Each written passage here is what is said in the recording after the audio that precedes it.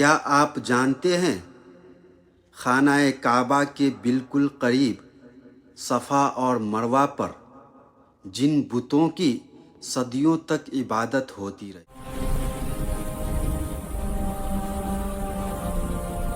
وہ اصل میں پتھر نہیں بلکہ دو زندہ انسان تھے۔ وہ کون سا جرم تھا جو اللہ نے انہیں زندہ انسان سے پتھر بنا دیا؟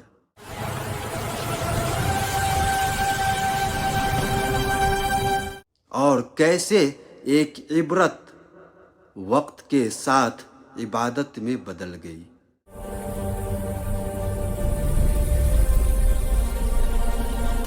اگر آپ جاننا چاہتے ہیں تو اس ویڈیو کو آخر تک ضرور دیکھیں۔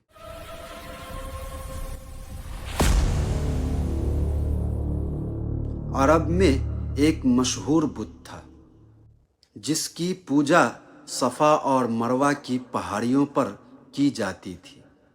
یہ کوئی عام پتھر کا تراشا ہوا بت نہیں تھا، بلکہ یہ دو جیتے جاگتے انسان تھے جنہیں اللہ تعالیٰ نے ایک خوفناک عذاب کے ذریعے ہمیشہ کے لیے عبرت کی نشانی بنا دیا۔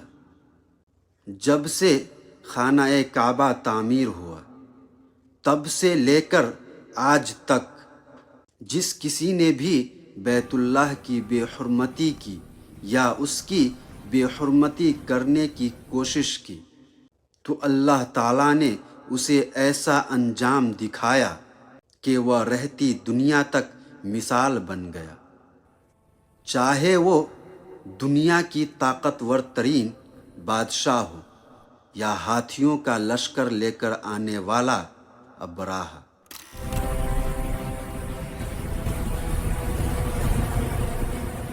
سب کا انجام تاریخ کی پنوں میں محفوظ ہے۔ انہی عبرتناک واقعات میں سے ایک واقعہ اساف بن یعلا اور نائلہ بنت زید کا ہے۔ یہ دونوں قبیلہ بنی جرہم سے تعلق رکھتے تھے۔ نائلہ ایک نہایت خوبصورت اور حسین عورت تھی جو اپنے حسن کی نمائش کیا کرتی تھی۔ جب وہ اپنے گھر سے نکلتی تو قبیلے کے نوجوان اس کے پیچھے پیچھے چل پڑتے۔ ہر شخص اس سے تعلق قائم کرنے کا خواہش مند تھا۔ انہی نوجوانوں میں قبیلے کے سردار کا بیٹا اساف بھی شامل تھا۔ اساف اور نائلہ ایک دوسرے سے محبت کرنے لگے، مگر یہ محبت بہت جلد ہوس میں بدل گئی۔ انہوں نے آپس میں ناجائز تعلقات قائم کر لیے اور جب بھی موقع ملتا گناہ میں مبتلا ہو جاتا۔ جب ان کے گھر والوں کو اس گناہ کا علم ہوا تو انہوں نے ان دونوں کو ملنے پر پابندی لگا دی۔ کچھ عرصے بعد قبیلہ بنی جرہم حج کے لیے مکہ روانہ ہوا۔ اساف اور نائلہ بھی اسی قافلے کے ساتھ حج کے لیے چل پڑے۔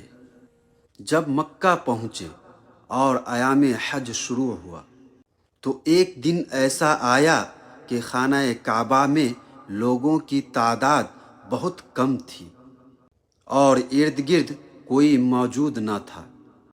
یہاں شیطان نے ان کے دلوں میں وسوسہ ڈالا۔ دونوں بیت اللہ کے اندر داخل ہو گئے اور اس پاک مقام میں بدترین گناہ کا ارتکاب کر بیٹھے۔ خانہ کعبہ کی اس بے حرمتی پر زمین و آسمان کانپ اٹھے اور اللہ تعالیٰ کا عذاب نازل ہو گیا۔ وہ دونوں جیتے جاگتے انسان اسی وقت پتھر میں تبدیل کر دیے گئے۔ کچھ دیر بعد جب بنی جرہم کے لوگ کعبہ کے قریب آئے اور دروازہ کھولا تو دیکھا کہ دو بدبخت انسان نہایت ذلت آمیز حالت میں پتھر بنے کھڑے ہیں۔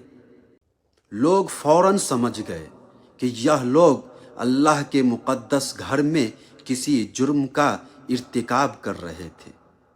چنانچہ لوگوں نے ان دونوں کے مجسمے کو باہر لا کر زمین میں گاڑ دیے تاکہ یہ ہمیشہ لوگوں کے لیے عبرت کی نشانی بنی رہے۔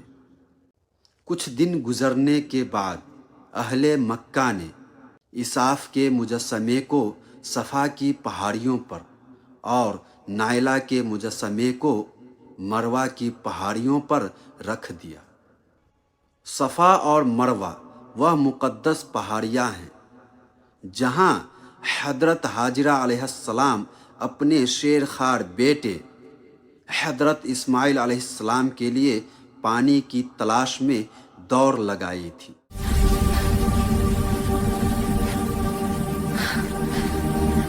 اور اسی تلاش کے نتیجے میں اللہ تعالیٰ نے زمزم عطا فرمایا۔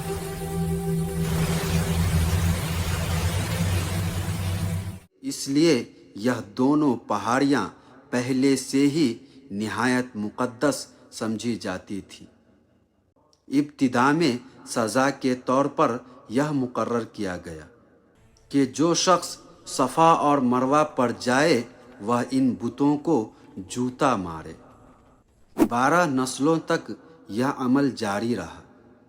پھر وقت کے ساتھ لوگوں نے جوتا مارنا چھوڑ دیا، صرف تھپڑ مارنے لگے اور بعد میں محض ہاتھ لگانے لگے۔ رفتہ رفتہ لوگوں نے عبرت حاصل کرنا چھوڑ دی اور ان کی تعظیم شروع کر دی۔ 5ویں صدی تک اساف اور نائلہ کو عرب کے بڑے بتوں میں شمار کیا جانے لگا۔ لوگ ان کے سامنے سجدے کرتے اور قربانیاں پیش کرنے لگے۔ ایک روایت میں آتا ہے کہ ایک صحابی رضی اللہ عنہ بیان کرتے ہیں کہ میں ایک مرتبہ رسول اللہ صلی اللہ علیہ وسلم کے ساتھ بیت اللہ کا طواف کر رہا تھا۔ جب میں ان بتوں کے پاس سے گزرا تو میں نے انہیں چھو لیا۔ نبی کریم صلی اللہ علیہ وسلم نے مجھے فوراً منع فرمایا۔ میں نے دوبارہ چھوا تو آپ صلی اللہ علیہ وسلم نے سختی سے فرمایا، کیا میں نے تمہیں منع نہیں کیا تھا؟ اللہ کی قسم اس کے بعد میں نے کبھی کسی بت کو ہاتھ نہیں لگایا۔ رسول اللہ صلی اللہ علیہ وسلم نے خود بھی کبھی کسی بت کو نہیں چھوا۔ پھر وہ وقت آیا جب اللہ تعالیٰ نے اپنے نبی صلی اللہ علیہ وسلم کو نبوت عطا فرمائی۔ اسلام کا نور پھیلنے لگا۔ 10 ہجری میں جب مکہ فتح ہوا تو نبی کریم صلی اللہ علیہ وسلم حرم شریف میں داخل ہوئے اور حضرت علی رضی اللہ عنہ کے ساتھ مل کر تمام بتوں کو توڑ دیا۔ آپ صلی اللہ علیہ وسلم فرماتے جاتے، حق آ گیا اور باطل مٹ گیا، بے شک باطل مٹنے ہی والا تھا۔ پھر آپ صلی اللہ علیہ وسلم صفا اور مروہ پر تشریف لے گئے اور اساف اور نائلہ کے بتوں کو بھی اپنے مبارک ہاتھوں سے توڑ ڈالا۔ یہ وہی لوگ تھے جنہیں کبھی عبرت کے لیے رکھا گیا تھا، مگر شیطان نے لوگوں کو اتنا گمراہ کر دیا کہ وہ ان کی پوجا کرنے لگے۔ افسوس کی بات یہ ہے کہ جس گناہ پر لعنت ہونی چاہیے تھی اسے عشق کی داستان بنا دیا گیا۔ بالکل اسی طرح آج کے دور میں بھی ہم دیکھتے ہیں کہ بڑے بڑے گناہوں کو آزادی، لبرلزم اور فریڈم کے نام پر خوبصورت بنا کر پیش کیا جاتا ہے اور گناہ گاروں کو ہیرو بنا دیا جاتا ہے۔ آخر میں دعا ہے کہ اللہ تعالی ہمیں ہر قسم کی برائی، فتنوں اور شیطانی وسوسوں سے محفوظ رکھے۔ جزاک اللہ خیر. سبسکرائب.